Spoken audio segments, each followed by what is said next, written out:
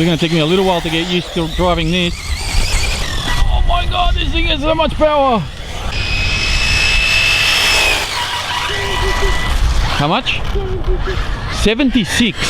Thank you very much.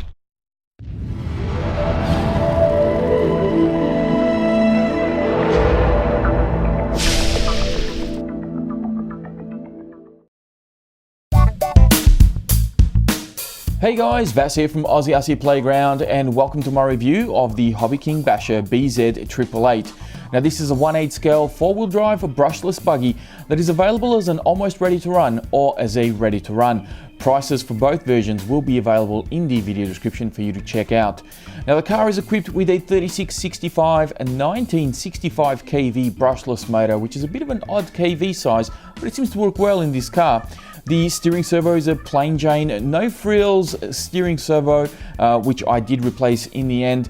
And the ESC is the gem of this package, packing in at 100 amps and being waterproof, and I'm very sure that it is in fact a Hobbywing rebrand. Now the car does come pretty well packaged out of the box. It has front and rear sway bars, adjustable turnbuckles front and rear, and adjustable toe up the front. It also has a few mounting positions on the shock towers and the A-arms, which is quite nice to see. The car also has 3 seal diffs, which unfortunately are only filled with grease, so replacing that with oil is advisable. It also has some pretty beefy A-arms to boot and front CVDs. Okay, so let's kick off this review with electrics. Now, of course, electrics are going to cover off things like your motor, your ESC, steering servo, radio, if applicable, and I'm also going to be talking a little bit about the speed of the car. Now, stock out of the box, the speed on this guy is not super impressive. It does about 50 to 55 kilometers an hour.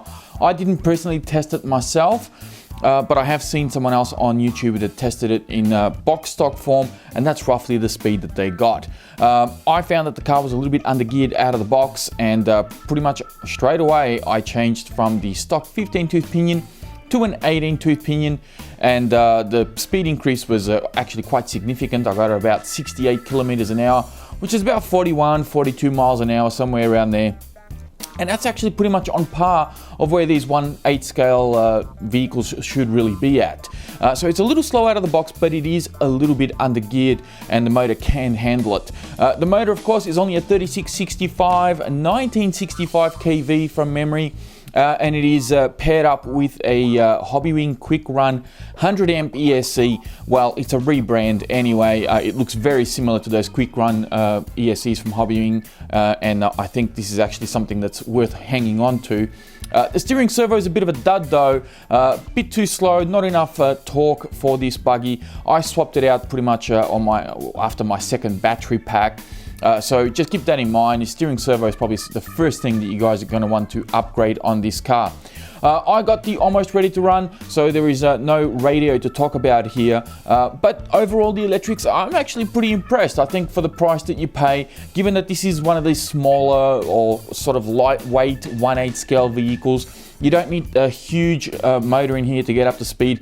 Just need the right gearing and some good batteries, and I think you'll be fine. So a score out of 5 for the electrics is a very solid 4 out of 5. All right, so our next category is drivetrain. Now, drivetrain is where I talk to you about the diffs, the gears, drive shafts, anything that really drives the RC.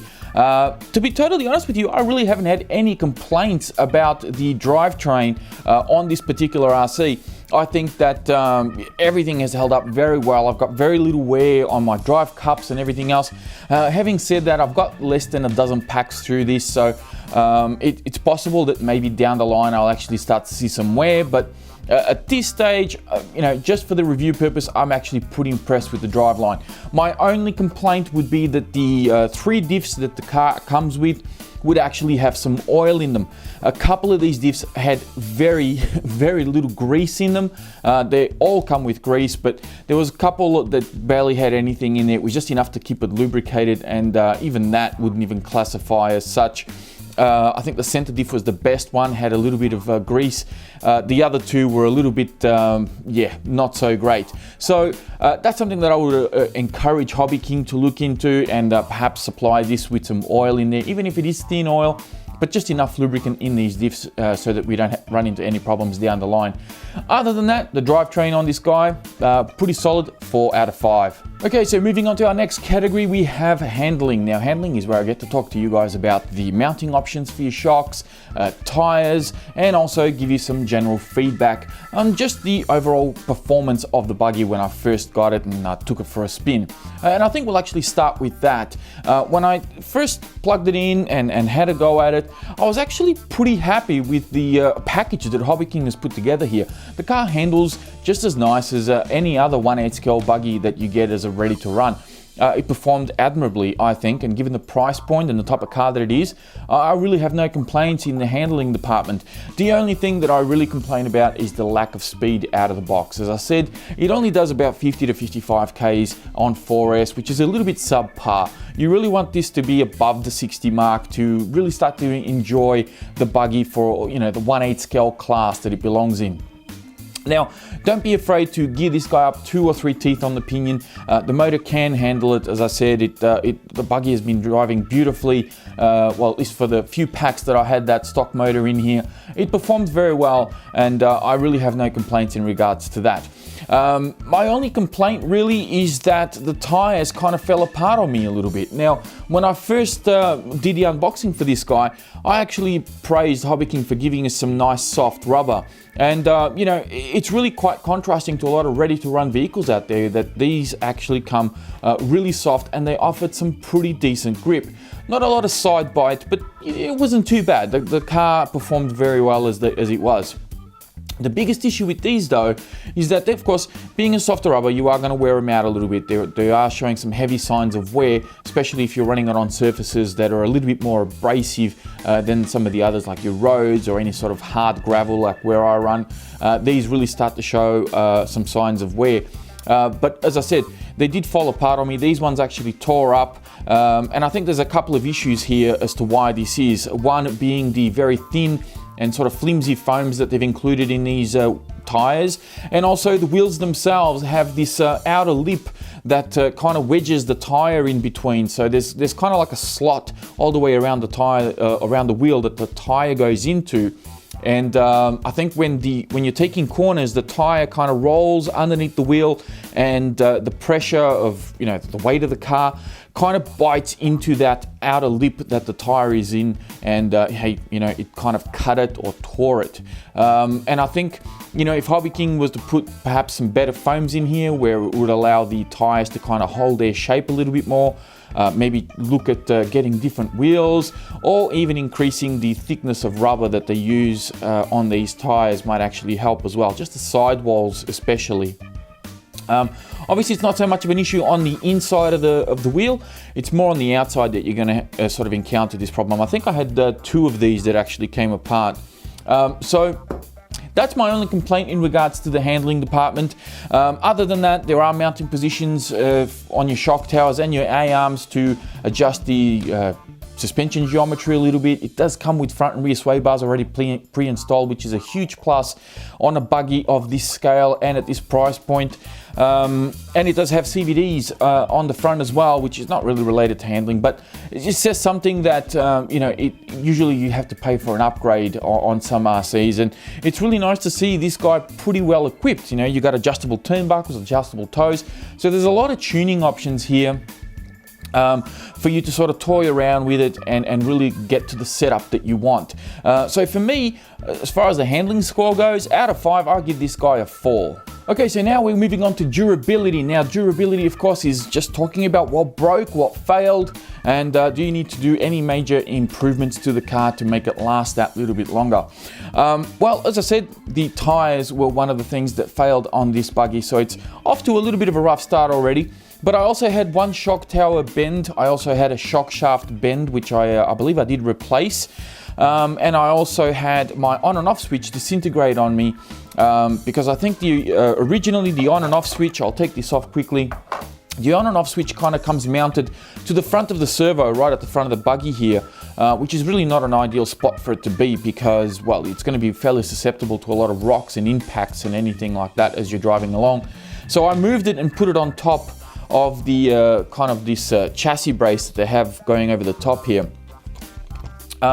Now, it was working just fine, but one day I went to turn it on and it fell apart. The whole thing just crumbled.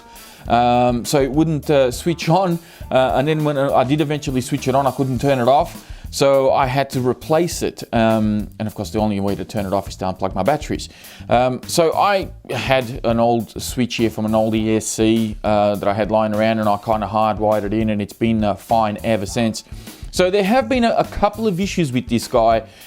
Nothing really like huge. I haven't blown any diffs. I haven't busted any A-arms. There weren't any steering knuckles or anything like that that's busted.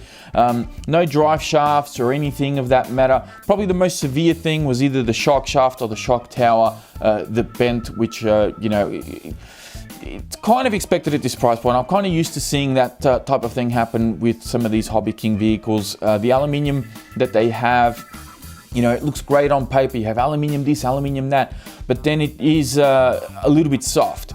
So I opted for the carbon fiber shock towers, and these have been solid as a rock so far. Haven't had any issues with these. Obviously they're a little bit lighter as well, so you do save a few grams there on the overall weight of the buggy. And they do have the optional hard anodized shock shafts as well. But these are standard 1/8 scale shocks. If you do really want to get serious, you probably can find other shocks from other brands that will just bolt straight on anyway, and that'll save you any future problems with bent shock shafts. So overall, for durability, I think a very fair score for this guy is a 3 out of 5. And yeah, I'm going to stick to that. I think that's a pretty fair score. Alright, so moving on to maintenance. Now, this is where I get to talk to you about the chassis layout, were there any sort of tuning that I had to do to the car to get it up and running the way that I would have liked it to be, and also how easy it is to work on this buggy.